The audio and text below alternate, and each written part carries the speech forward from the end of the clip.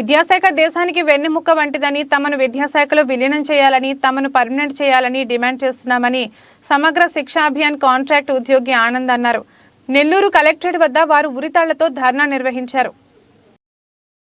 సమాన పనికి సమాన వేతనం ఇవ్వాలని, హ్యూమన్ రిసోర్స్ పాలసీని అమలు చేయాలని సమగ్ర శిక్షా Abhiyan out sourcing and contract ఉద్యోగులు చేస్తున్న సమ్మె 14 రోజులకు చేరింది.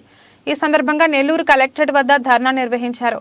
ధర్నాలో ఉరితాళ్లు మెడకు తగిలించుకుని నిరసన తెలిపారు. ఈ సందర్భంగా వారు మాట్లాడుతూ గత 15 సంవత్సరాల నుండి సమగ్ర శిక్షా అభియాన్ ప్రాజెక్టులో పనిచేస్తున్నామని, తమకు 23% మాత్రమే జీతం పెంచడం జరిగిందని ప్రసన్న అన్నారు. తమను నామమాత్రంగా చర్చలకు పిలిచి ఒక సమస్య పరిష్కరించలేదని తెలిపారు. ప్రభుత్వంతో చర్చలు విఫలమవడంతో ఉరితాళ్లతో నిరసన తెలుపుతున్నామన్నారు. తాము మంత్రిని కలిశామని, మంత్రి తమ డిమాండ్లు పరిష్కరిస్తామని ఖచ్చితమైన హామీ ఇవ్వలేదని లక్ష్మి అన్నారు. తమకు ఖచ్చితంగా హామీ లభించి ప్రభుత్వ ఉత్తర్వులు వచ్చే వరకు సమ్మె విరమించేది లేదని అన్నారు. రేపటి నుండి తమ కుటుంబ సభ్యులతో ధర్నా నిర్వహిస్తామన్నారు.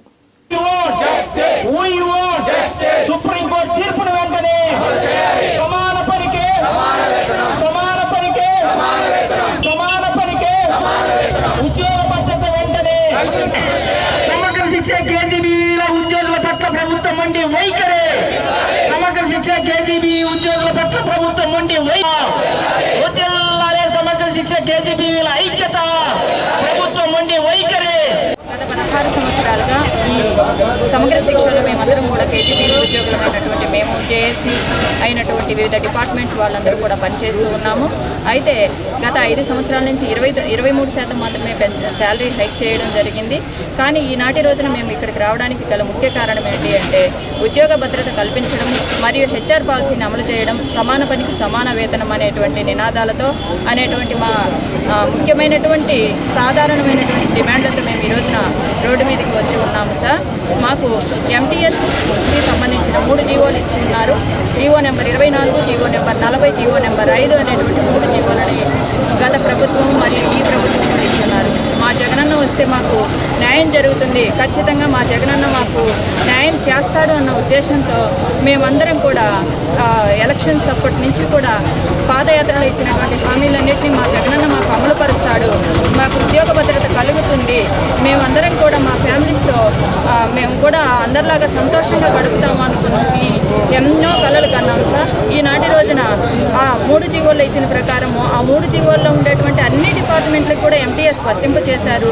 కానీ మా కేజీబీవీలకు ఒక్కళ్ళకే ఆ డిమాండ్ జీవోలు అనేటువంటివి అమలు పరచలేదు. కాబట్టి ఈనాటి రోజున మేము మా ఉద్యోగాలు ఏమవుతాయో అన్న భయం ఒక పక్క ఉన్నప్పటికీ కూడా అందరి జీవితాలు, అందరి భవిష్యత్తులు బాగుంటాయన్న ఉద్దేశంతో ఈనాటి రోజున మేము బయటికి రావడం జరిగింది.